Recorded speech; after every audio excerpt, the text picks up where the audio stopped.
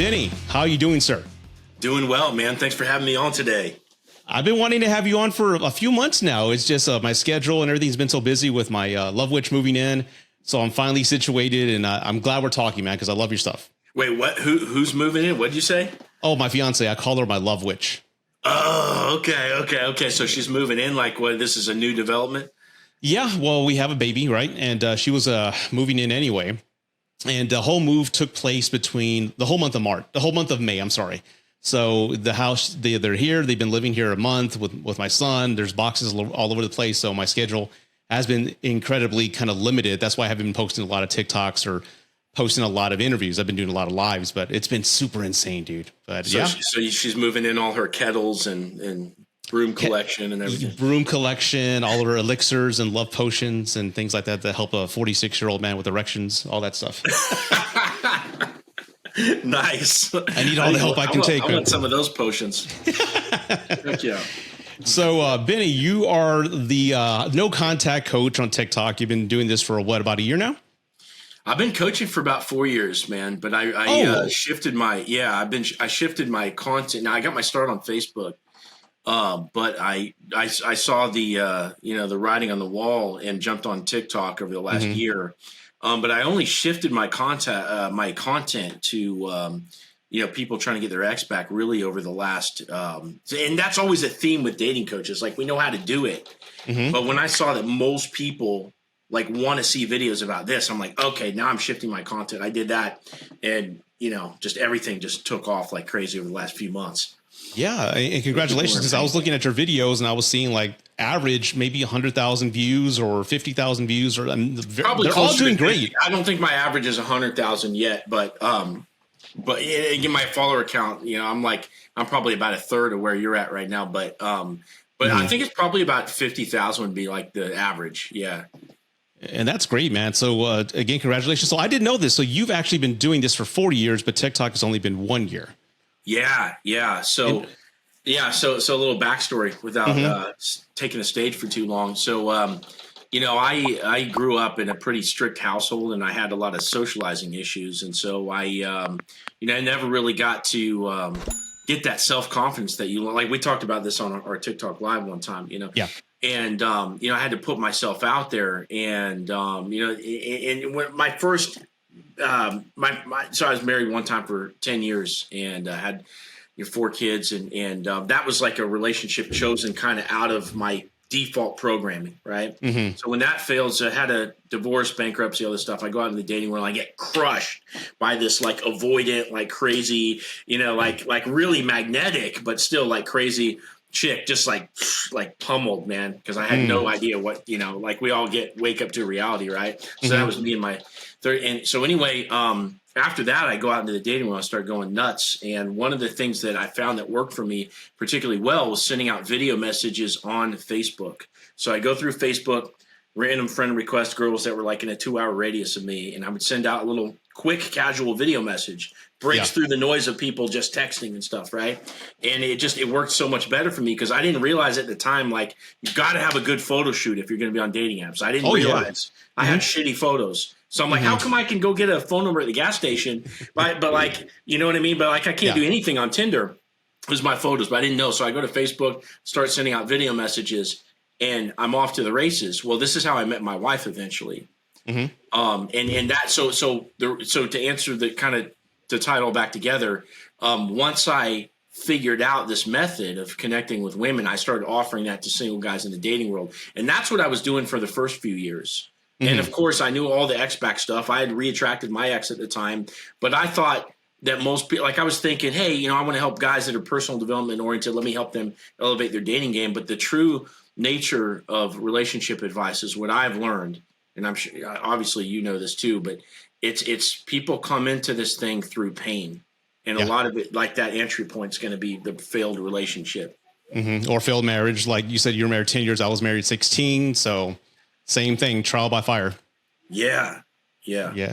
So that's cool. So again, 4 years in, but then again, your whole content is now shifted, as you said, to regarding the ex and how to handle situations with the ex. Can you win it back? And I'm glad you mentioned that, because that's all the questions I have here, because I have to admit, that's one topic I really haven't addressed at all.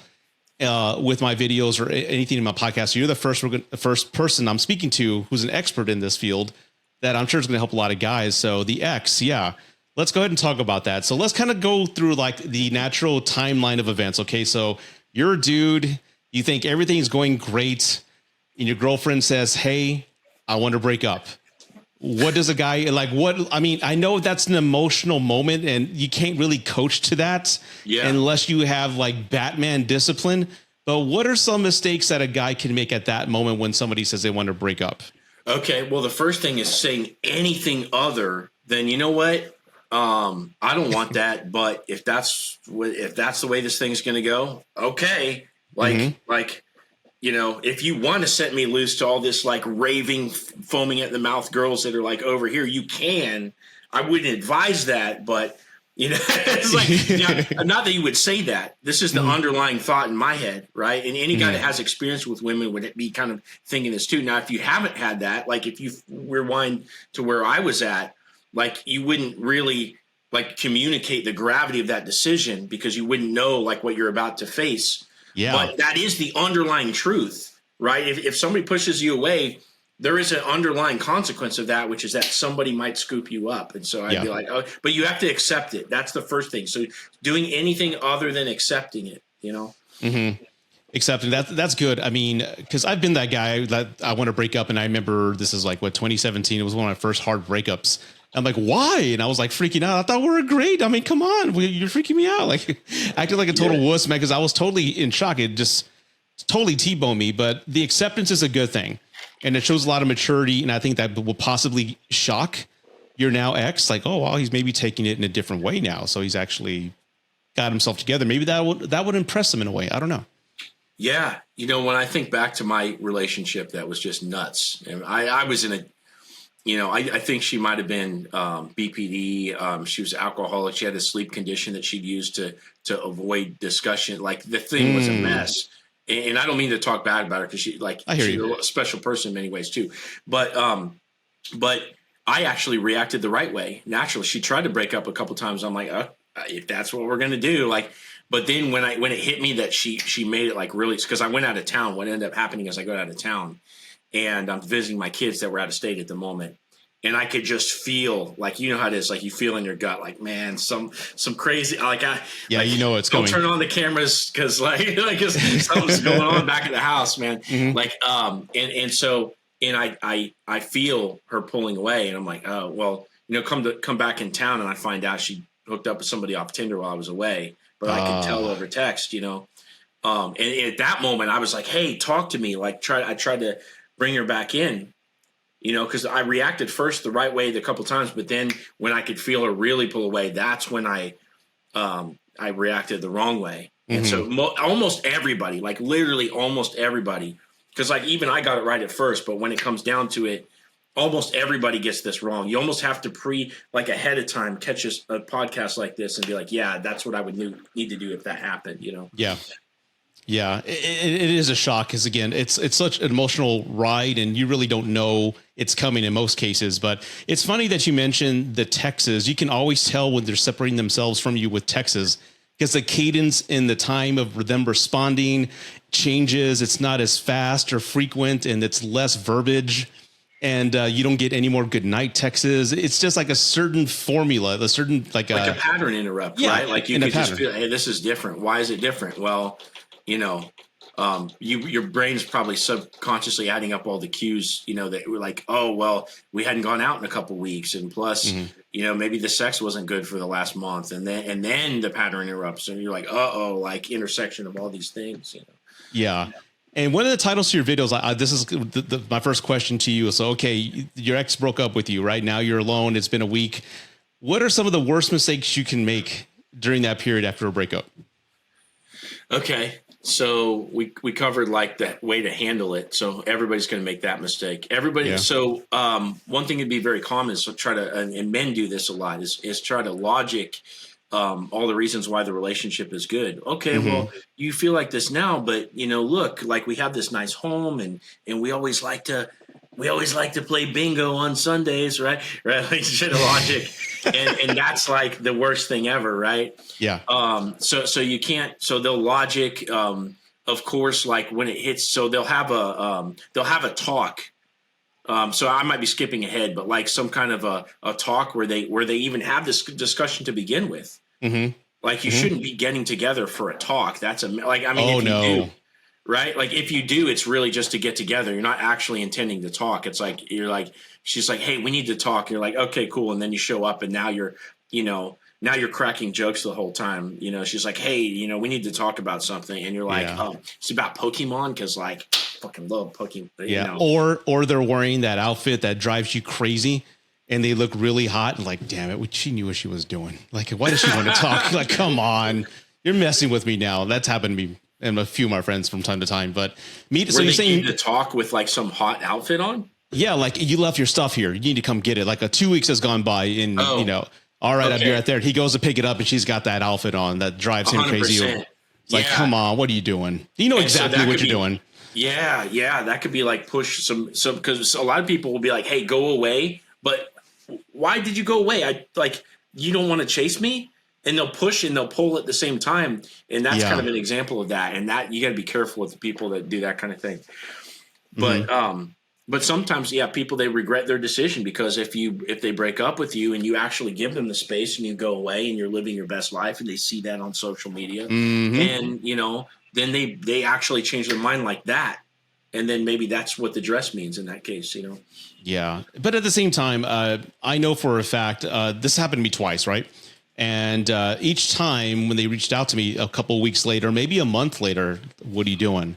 Hey, you want to meet up for lunch? And they look hot. It turns out I found out through just through the grapevine is that they tried to get back to their ex or tried something with somebody else. It didn't work out, or it wasn't what they thought it'd be. And now they realize they messed up and they're trying to get back to you. Oh, there's no doubt. You got to accept the dark side, man. Like, why does somebody? So women stay in a relationship and this is to their testament. This is a testament to them, actually, right? Mm-hmm. Because they will give you way more chances than what a dude. Like, you put on 100 pounds, see how much chances your dude is going to give you at that point, right? Yeah. But Yeah. they'll stick in there, man, and they will try, and they'll stay in for too long, and so.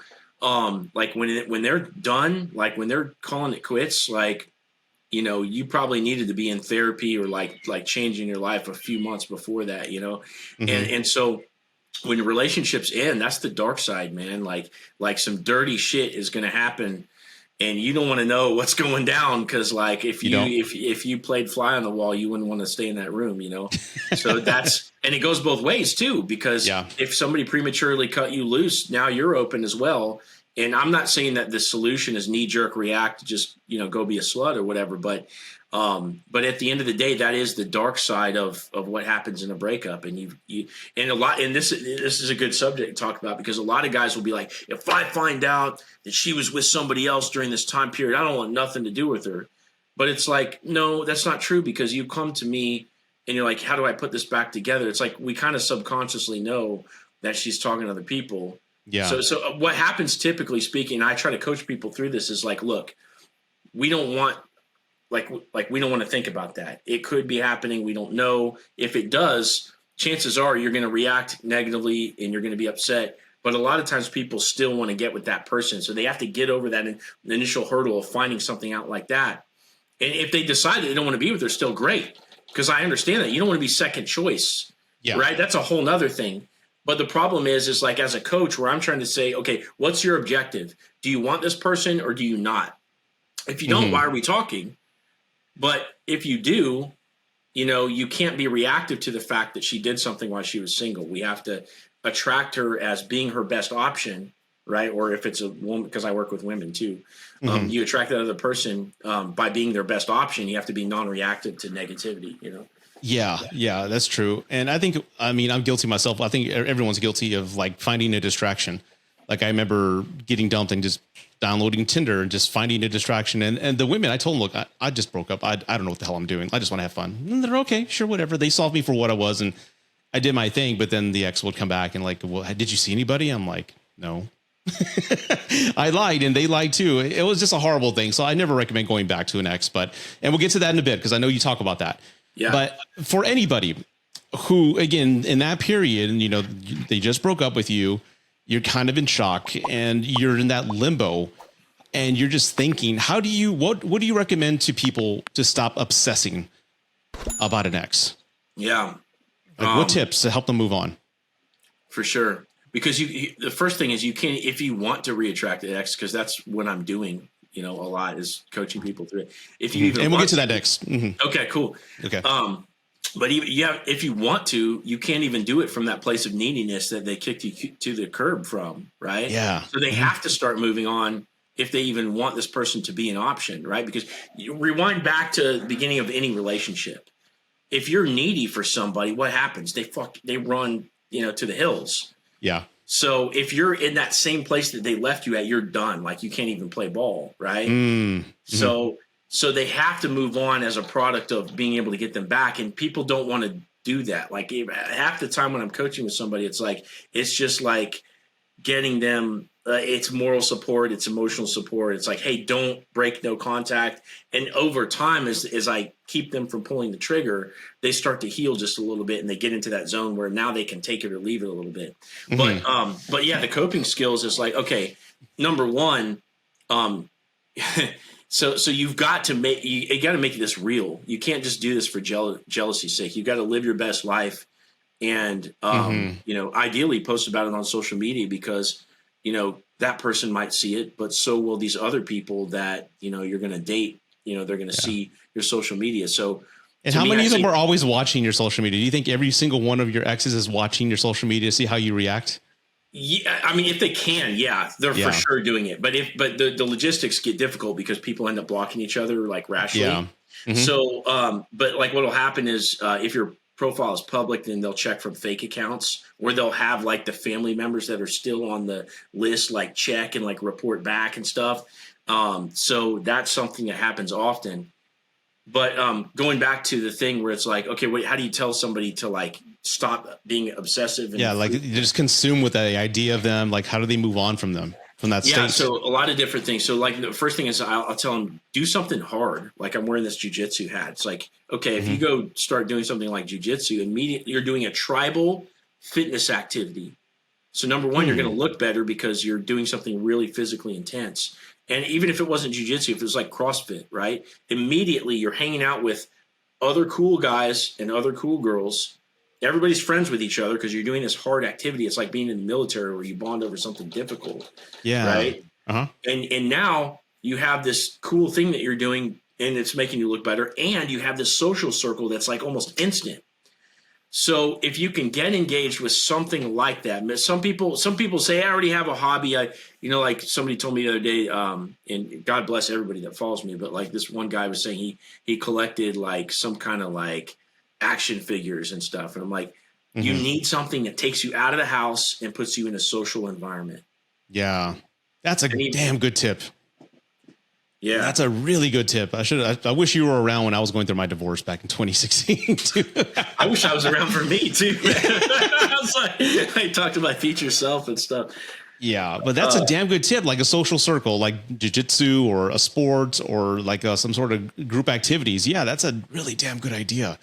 Like tribal fitness activity. I always say like CrossFit, jiu-jitsu, Muay Thai, kickboxing, wrestling, like boxing, like anything that's like a group oriented fitness activity is like perfect because it kills 3 birds in one stone. Friends, fitness, and some cool new skill that's going to inform your confidence, because if you can fight, like nobody can try to talk over you or like push you out of the way. Like it's a cool thing, It is.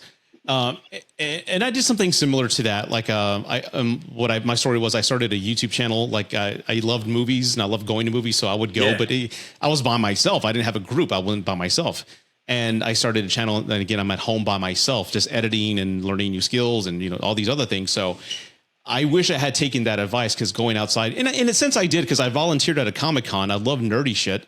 At the time, I loved comic book movies, so I volunteered at a Comic-Con, and that's where I met cosplayers and those are dudes. Great, man. And that's how I started. And then I ended up interviewing celebrities on stage because I networked my way up. So in a sense, I guess I did take that advice. I went out and just put myself out there because I had never volunteered at a Comic-Con. I thought I was too old.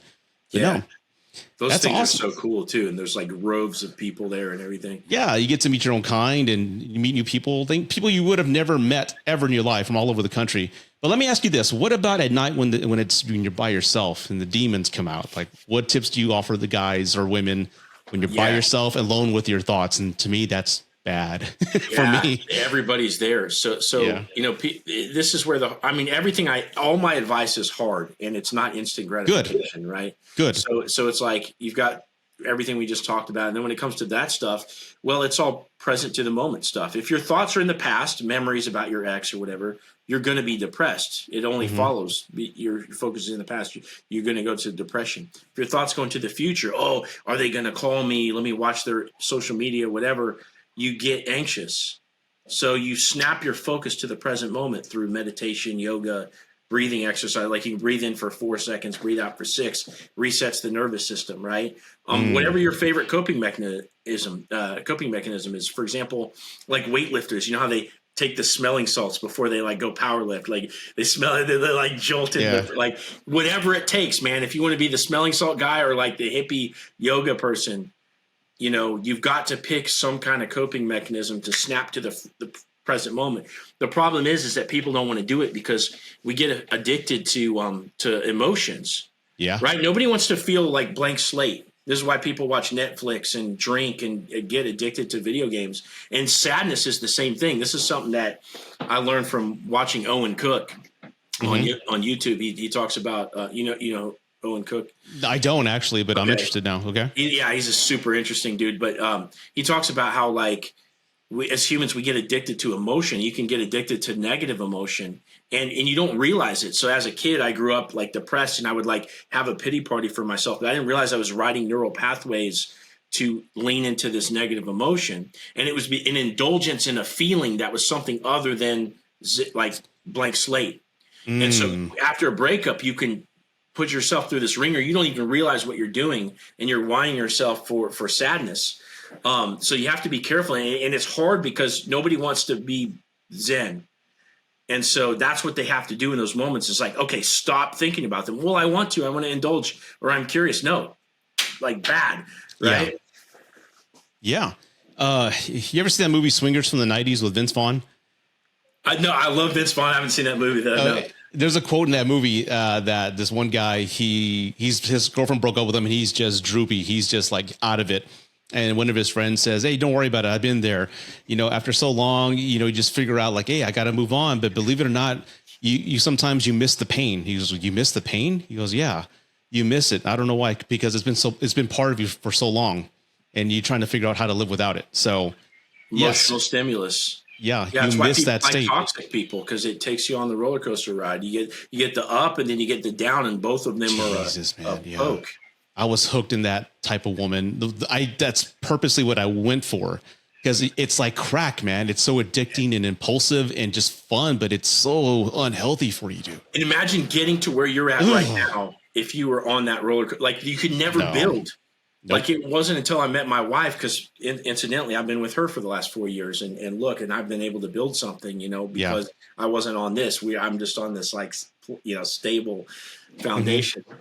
And let me ask you this, because this is what I experienced when you first met your wife, and she's like a stable, healthy, mature woman. Did you find it boring?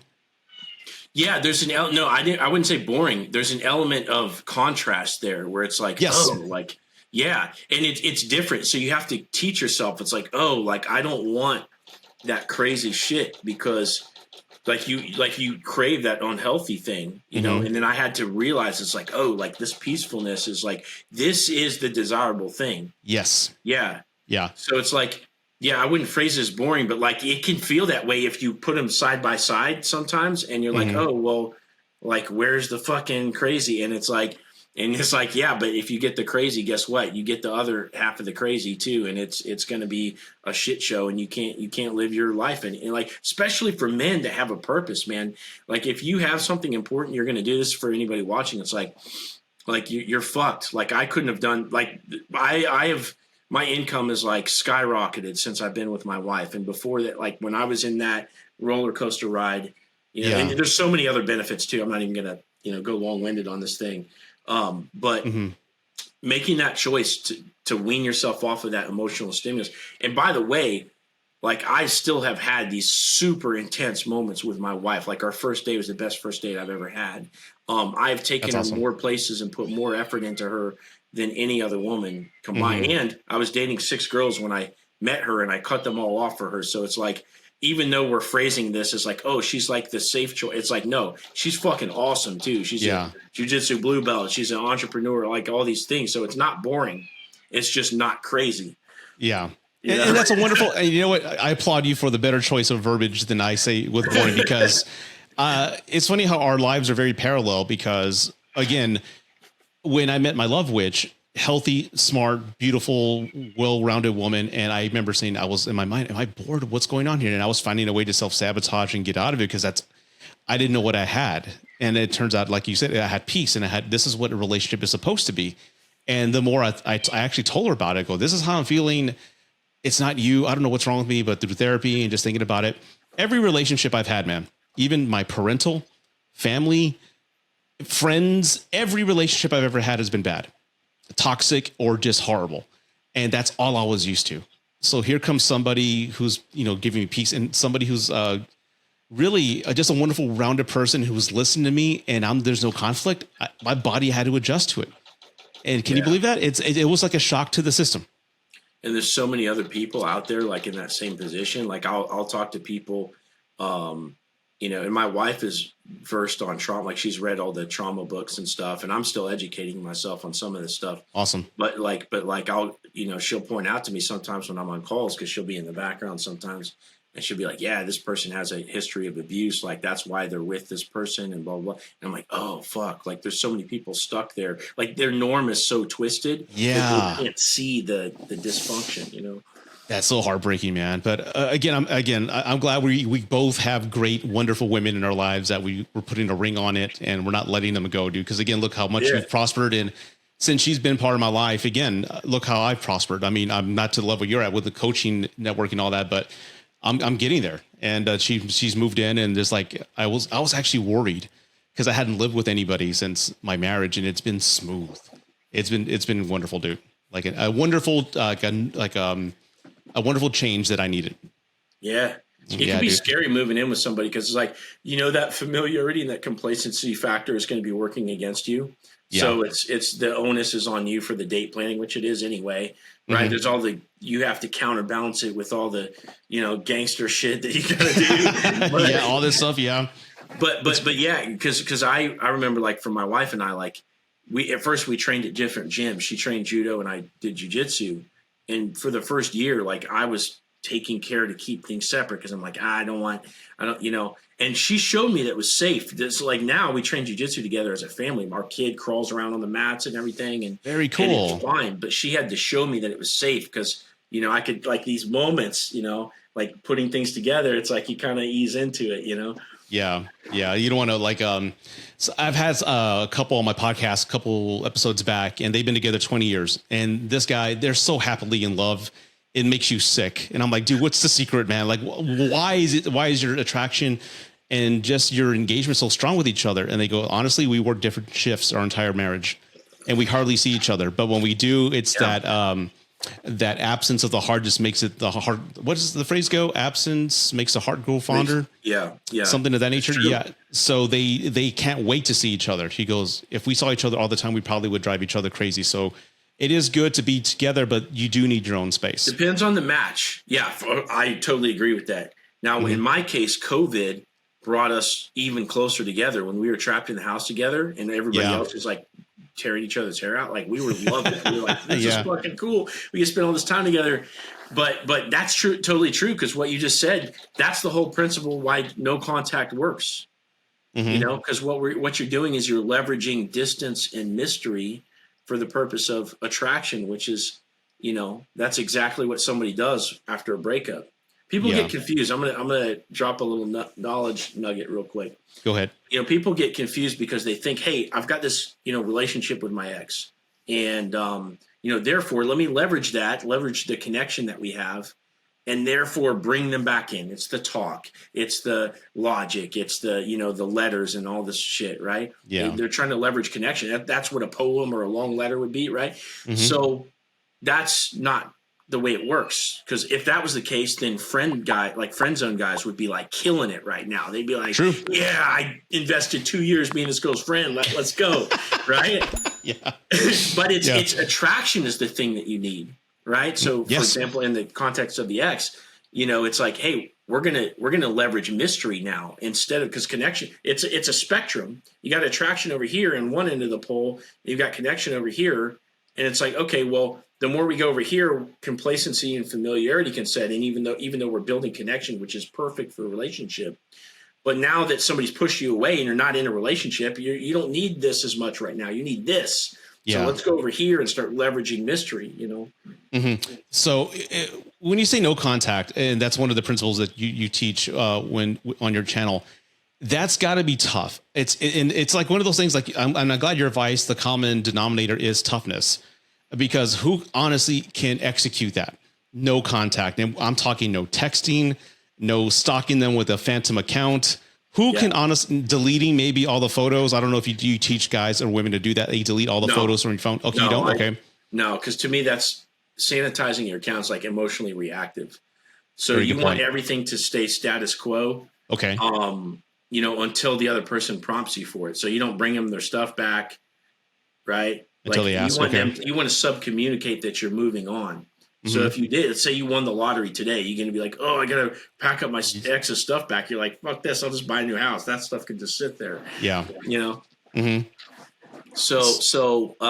But yeah, so to go back to your point, which is that it's hard. So my advice is, it's for the Marines of the brokenhearted. Okay. It's not for the fucking, I don't know. I mean, I love all branches of service, but it's not for it's not for the the part-time security guards of the brokenhearted. You know what I mean? Yeah. So the only people that are going to gravitate to my kind of videos are the people that are like, hey, I want results no matter how hard this is. So I'm going to push myself to I want my person back so bad, which everyone does, right? Everyone initially. And it's sad that that's the place that we find ourselves in, but it's like, okay, well, if that's what you want, this is what we have to do. Mm-hmm. And it is hard. Like I have clients that come on board with me, and it's very often, I'd say probably, a quarter of them to maybe somewhere maybe a third of them end up making mistakes. They end up they cave into themselves. They don't listen to me, and they fuck things up. So it's always because of a birthday, a holiday, something that kind of it gives you that more incentive. Like maybe I should say happy birthday to her. Maybe I should say something. Yeah, that's the common. No, yeah, those are the common mile markers. Usually they know better than that stuff if they, for example, they get into coaching. But so that'd be like people that just follow me or something. But I'll have people where because it gets hard. Yeah, it's like that. But then it's something even worse. Like some other they have concrete evidence that some other person is now in the mix. Something that just kicks them in the gut, right? And I'm my message to that is hey, be for example, if we're talking to men here, it's hey, be your best option. Oh, well, she's with some other guy. Okay, well, if you're Jason Momoa, are you worried about I don't know, just fucking Joe Blow that's overweight and whatever? It's no. Yeah, she's spending time with Joe Blow, but you're Jason Momoa, bro. You don't care. That's good advice, man. I love that. That's so fucking cool. Okay. So be your best. And I love what you're saying. So for go no contact, be your best option, live your life, be part, get involved in a community. Like you mentioned with jujitsu and the things of that nature. What would you recommend to a guy if he saw his ex in public? Yeah, that's a great question. Dude, you have perfect questions. These are consistent topics. So a lot of people, and I'll get people that this is the only thing they're doing wrong, and I change this one little thing and everything works out after that. Yeah. But what they'll do is they'll be avoidant of each other in person, right? And so I'm no, look, if you make eye contact, you have to say hello, because if you don't, now you're being avoidant, which means that your butt hurt. Or you're saying that there's still the elephant in the room, which there is, but you can't acknowledge it. You have to sub-communicate that you've moved on. That's the name of the game here, that you're independently happy. You can take her to leave it.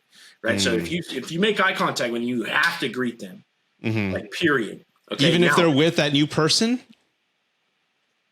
It'd be a lot stronger if you did greet them. Yeah, that's a swinging dick move right there. Okay. I'm not going to divulge who he is. Okay. I have a client that did a girl dirty, and he knows it. Love the guy to death. He's fucking awesome, but he did a girl dirty, and he ran into her a couple of days ago at the mall, and he saw her. She was with her family, who all knows what he did. Okay. And he had already put in the time after no contact. So like for him, it was about time for him to maybe throw one last Hail Mary and see, what the deal is. Cause he hadn't met anybody else that was better than her in the last few months or whatever. So, I told him, cause he told me this after. I was like, dude, like it would have been strong for you. Because he's like, I don't want to go over there and make it weird, cause they all know what I did. I'm like, yeah, but think about how fucking awesome that would be if you came in there and if you took the heat gracefully, but you're still trying to be like cordial with everybody. Is that hard? Yeah. Do I have to do it myself as your coach? No, I don't. But that would have been the strongest move, Yeah. Yeah. And if I think about it, I don't think, I think everybody naturally, if you ask anybody or polled 100 people, they'll all say they just pretend they make eye contact and just turn the other way. Because I know I have, in the situations I have is where I'm with my new girlfriend and they're with their new guy friend. So that would be weird for the partner. Like if I was by myself. Well, yeah, that's different. Like if you already have somebody, like the only reason we even care about this is if you want to reattract them. If you're just trying to get through the moment and you literally want nothing from them, then fine, do whatever. Yeah. Like it doesn't. Don't make it weird for your new person, right? It's like, okay, let's like not go over there because there they are, right? Like, yeah. Every situation is different, like I said, but I think that's a strong move to at least say hi to them, how you doing, or just show them that you're doing well and you're not butthurt. That's a strong power move, man. That's a great advice, dude. I love what you're telling me here. Now, when it comes to the no contact rule, like you preach, what are some of the? Can I backstep because I gave an incomplete answer there. So that was just like the step one thing of it. If they return your, I'm sorry to interrupt, but no, go ahead. Some other good advice for that is because people do this all the time. If they return your greeting with any level of enthusiasm, that's when you go up and you start shooting the shit. You shoot the shit with them, okay?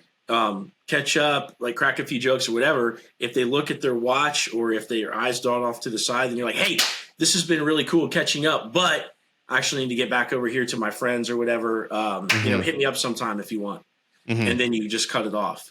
If they don't do that and everything's going well, if they're eating out of the palm of your hand, you can set like a meetup, right? But if they're not quite there, don't risk it. You cut it off like you would if they wanted to go anyway. So then you leave them at a high point and you go about your thing and you wait a few days and see if they're going to message you first. So that's the way that this happens. Like if they return your greeting with any level of enthusiasm, but if they don't, this is all predicated on you made eye contact and you saw them and so you greeted them. If they don't return your greeting with any level of enthusiasm, then essentially what you have to do is you just keep walking, right? It's like, it's like, oh, hey. And they're like, hey, you're like, okay, let me keep going. Right. Yeah, that's a very good point there. I think the person approaching the ex, you can read the body language and you can feel the vibe. If it's very uncomfortable, like get away. I mean, you'll know once the communication starts and what to do.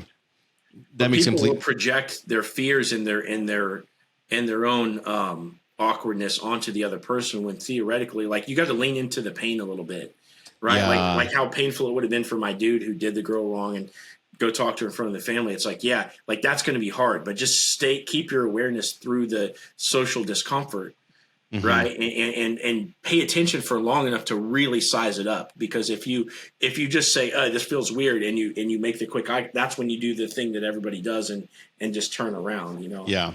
Yeah. Well, okay. Let's kind of, from that moment, let's kind of move forward like a couple of days. Do you recommend that people go back to their exes? Generally speaking, I would say it just depends. Okay. Like if we're saying generally speaking, probably not, because it's going to be the low hanging fruit. Yeah. Right. So for example, if you're a man and you haven't proven to yourself that you're the kind of guy that can get any woman, then you need to go put yourself through the gauntlet in the dating world, right? Like you need to get experience because you're not going to bring any bedroom experience to the table. You're not going to bring that experience of navigating arguments and like experiencing the woman's wrath and like, like being able to like be the rock through that. Like you're not going to have the skills that you need. So you got to go out there and get the shit test, get rejected, get stood up and all this stuff. And the guy that does that, he can bring so much more to the table. But the problem is that logistically, not every guy has that opportunity. And True. then a lot of guys, they have to go through the process of losing somebody because they were complacent, because they stopped date planning, because they didn't do quality time, because they stopped working out or whatever, like they stopped having friends or hobbies and stuff. They wake up, the woman kicks them to the curb, and it's like, okay, well, in your case, especially if you're married and you have kids, you know what you did wrong. As long as you're not taking accountability for her. Because a lot of people do this. They'll get dumped and they'll be like, oh, yeah, I could have been better so she wouldn't have cheated on me. I did this too, by the way. I'm guilty of this. Like, Okay. oh, if I would have been more of a fucking champ, she wouldn't have cheated and all this stuff. Like, okay, don't be a retard, like I was, right? Yeah. So as long as you're not doing that, you know what you did wrong and you want to do it better. And especially for people that have marriages and kids and families they want to put back together and stuff. It's like, okay, as long as you're not excusing like ridiculous behavior on the other side of the house, then yeah, it's a noble cause to try to put it back together if you know what to do differently. In your experience though, with everybody you've coached, how successful is that reunion?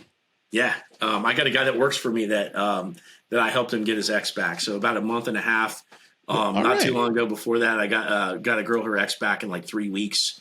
I get screenshots every single day for people that are putting my methods into action and their people are coming back. Now, the question is, do they stop the cycle?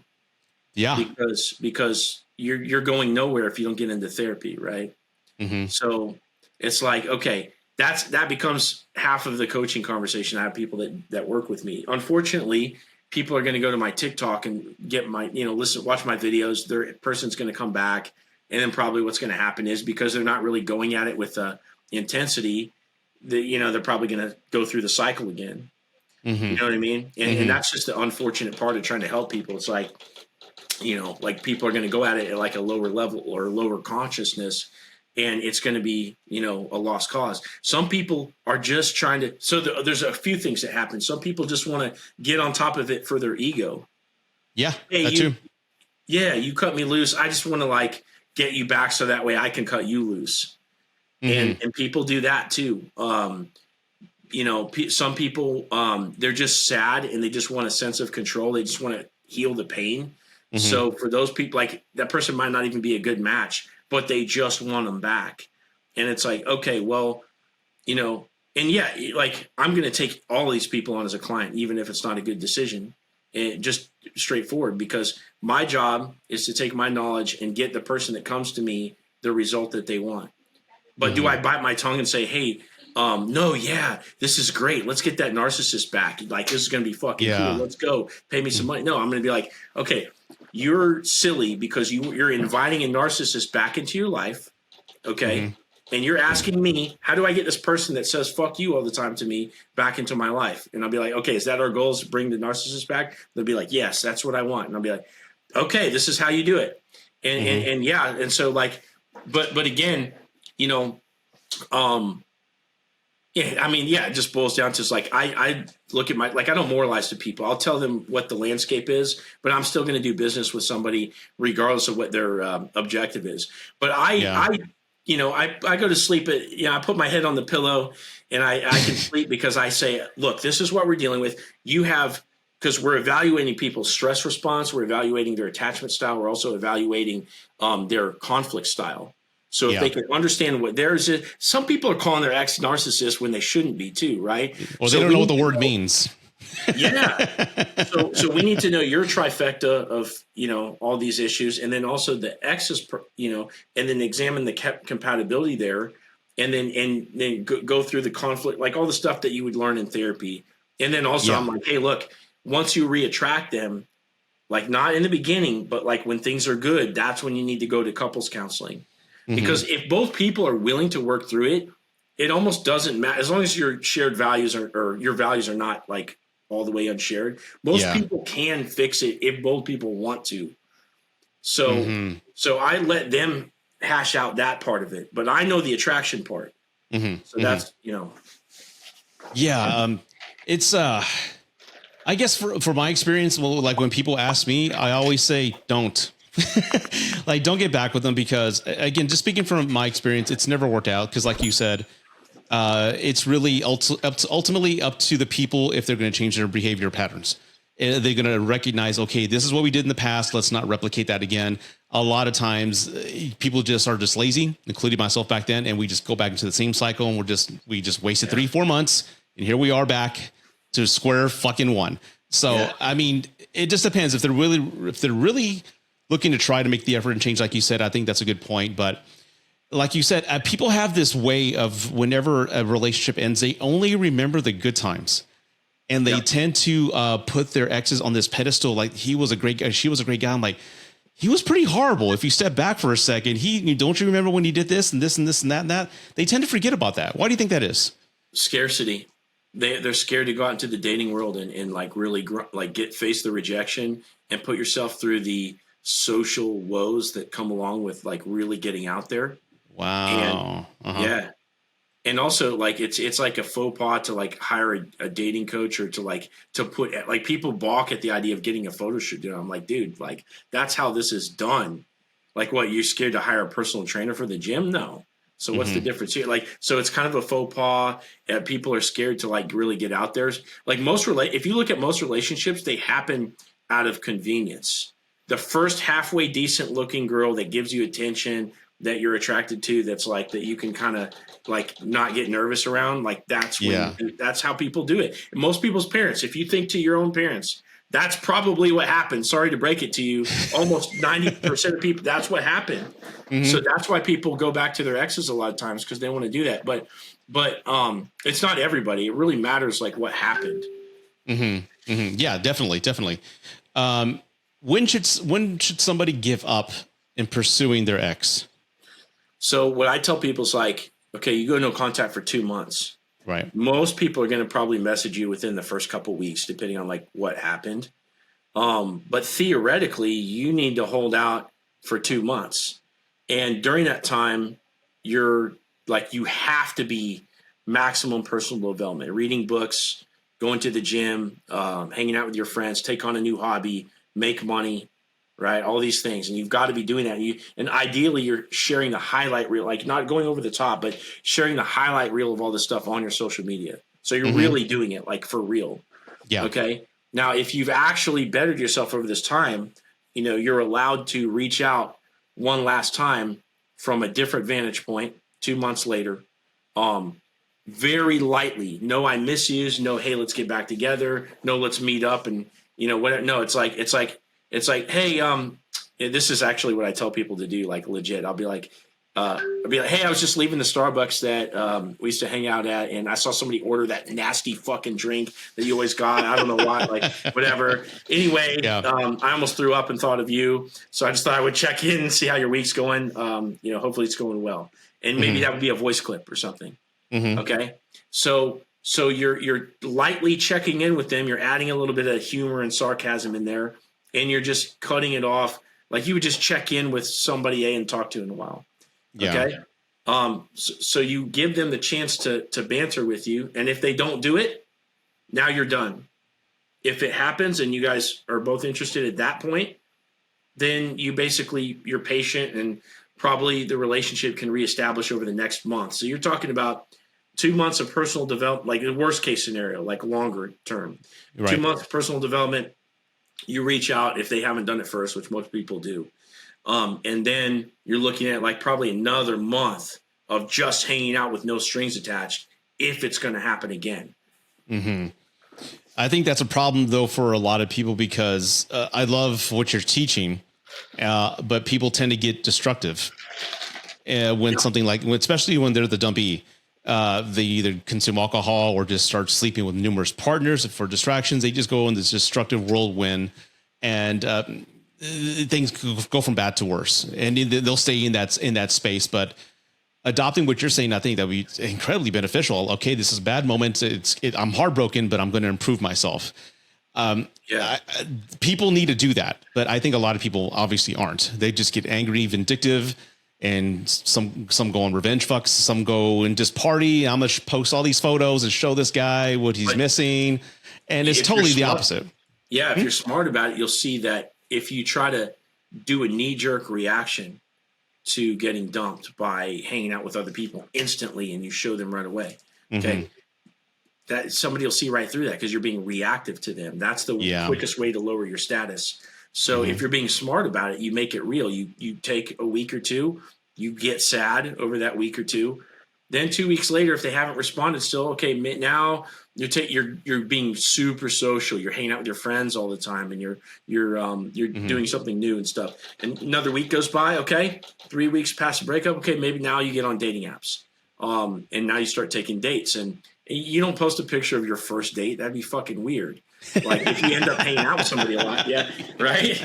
And then I'm laughing because I was that guy. I did that once. Yeah, I mean, we all done it. You know what I did one time? This chick stood me up, and so I went to the place that we were supposed to hang out with, and the servers there were plainclothes. So I asked like the hottest girl in there to take like a snap with me, and I posted my snap story.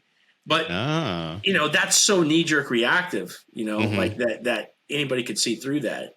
Yeah. You know, so what I would have better done was just like keep living a cool life and keep posting about it, and eventually she'd come back around. You know. Yeah, I guess that's one, positive way that social media has kind of helped the relationship space, because I remember going through breakups. I didn't like it because, of course, you block them. And then every now and then you go back to your block list and you're like, should I? You're like, no, I better not. But then you got people sending you screenshots of, hey, guess who I saw? When did y'all break up? And you're constantly reminded, and you got to go through that that filtering cycle of just the news spreading and being reminded by others who didn't know. So that's kind of like yes, we broke up. Let's move on for it. But that's one thing that I don't like about social media. And I know there's a lot of others who use it. I've known women who've created fandom accounts, like guys as well, to just monitor what they're doing. I'm like, what is that doing for you? What exactly? How does that make you feel when you see her having a great time, in Vegas? What does that do for you? Yeah, you can't do it. You like another staple mantra, I guess, is take the focus off of them and put it onto you. So if you're watching the social media, what are you focusing on? Yeah, I love your coaching methods, because first off, I have a friend who's in MMA, and he just had his last fight about 6 months ago, and he lost, but it was a hard. And bravo to any guys, women who get in that ring. When you see it on TV, it's one thing, but when you're right there next to the ring, it's fucking intense, dude. And I applaud anybody who gets in that space who's knowing I may get knocked out or killed. And if you take a fight, you're not like the people that are willing to take fights. They're tough. Because I've trained at jiu-jitsu gyms, so I've been training for like 9 years now. And the people that are on the MMA team at a good MMA gym, they're not the average person. They're fucking tough. So it's not like the average jiu-jitsu guy that's like, hey, I'm going to take a fight. No, that guy's training jiu-jitsu for a couple of years. He's trained Muay Thai for a couple of years. He probably is like shredded. Plus, he's just one of those scrappy guys anyway. That's like probably could fight even before he started training. Like if you take a fight, you have got guts, because that person that you're going to face they're going to be tough. It's scary, dude. But the reason I brought it up, and I'll go back to it in a bit, is that a lot of your coaching seems to be kind of tied to that. Like your move, whatever it is, may lower your status or not, or like help you. So each move sounds like it's smartly placed, if I can kind of use that phrasing. But that's what I think I'm seeing the similarity between that and what you're teaching people.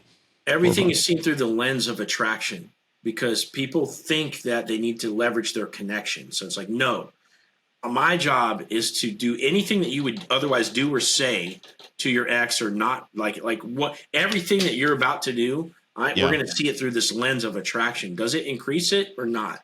And that's what matters, because compliance goes up when attraction goes up. Well, if you want the relationship back, attract to get them to want what you want, right? Yeah. Like the saying, like a woman that's in love will follow her dude to the ends of the earth, right? She'll ride shotgun, like, ride or die, right? And so it's Hmm. like you need the puppy dog eyes. You need to build, like, drive that up. And people are lost in those because they get into that. They adopt the woman's frame of, oh, serious problems, see you as a friend, whatever. It's like, no, like if somebody's coming at you with that, you have to. It's a frame battle. Hmm. So your frame has to be like, I'm fucking Jason Momoa, like, and this is Yeah. not that serious. Like, let me, tickle Hmm. you here. And they're going to give you blowback for that because you've made mistakes. And all of a sudden you're like Jason Momoa when last week you were Joe the stockbroker. It's like, okay, you're going to get shit tested. And if you don't know how to pass those, yeah, it's going to plummet from there. But Hmm. yeah, you've got to attract.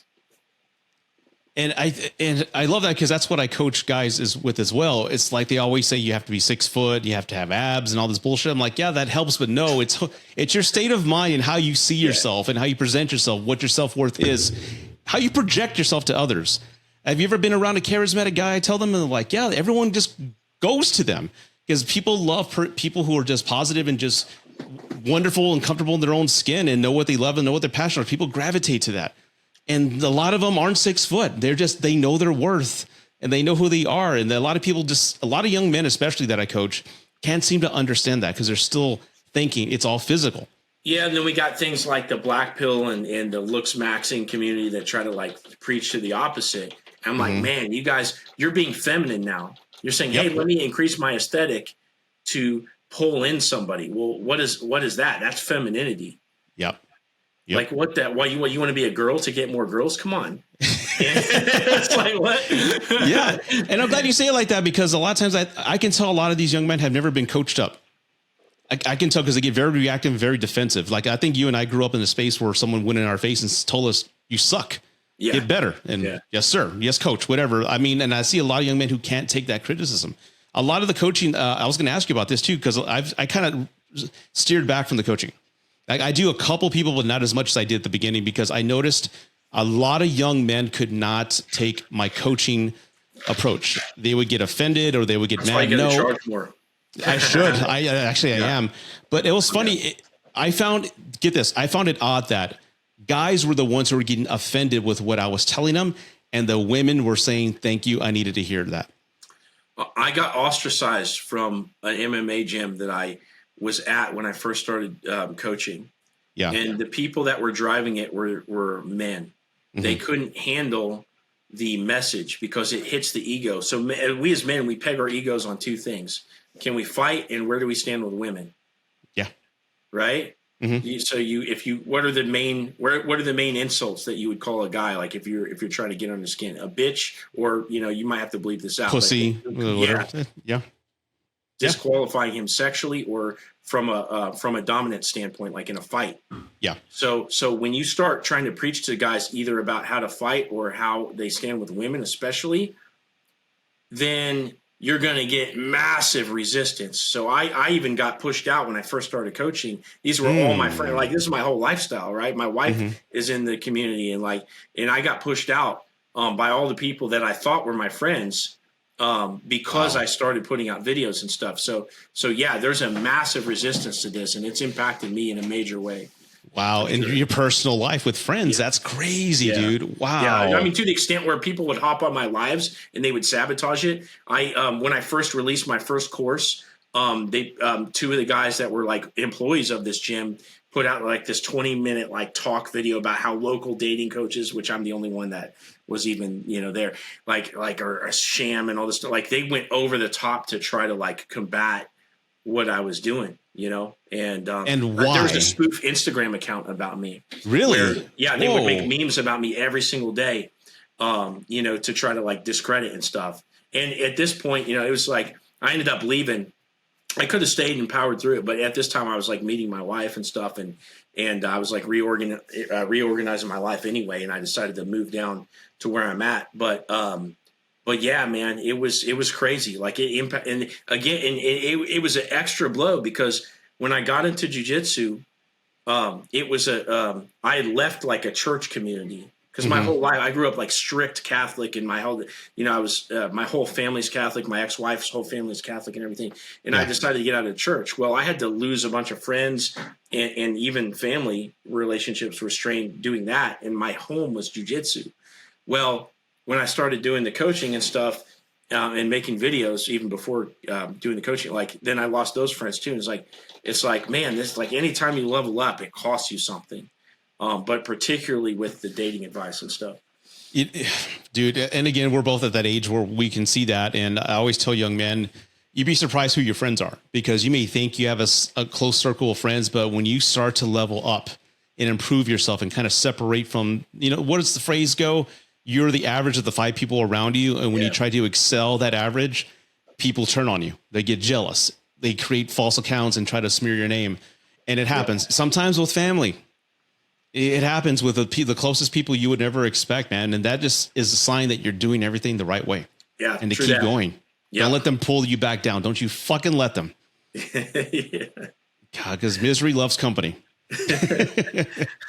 Benny, this was a pleasure, dude. I really do appreciate your time, dude, and your methods. And more people need to follow you. If you haven't done so, follow Benny. He can be. Tell everybody where your social media handles are at and where they can find you. On TikTok, it's at Coach Benny Dating, like BENNY. So Coach Benny Dating on TikTok. And right now, that's really. I mean, you can find me on other platforms, but TikTok is the place to go. That's where I'm putting everything out. So, and I go live maybe once a week or so. But I've got a link in there where if somebody wants to book a call or whatever, it can all be done through there as well. All right, man. But again, continue to do what you do, man. You're putting good advice out there. I love the advice you're giving young men, and to anybody, men and women who are in that state where they're heartbroken and lost and don't know where to go. I love your message of just, hey, now's the opportunity to dust yourself off. It's okay to feel bad for a little bit, but improve yourself. That's a hell of a fucking message that we need to hear more of. So again, thank you, brother. Appreciate you, brother.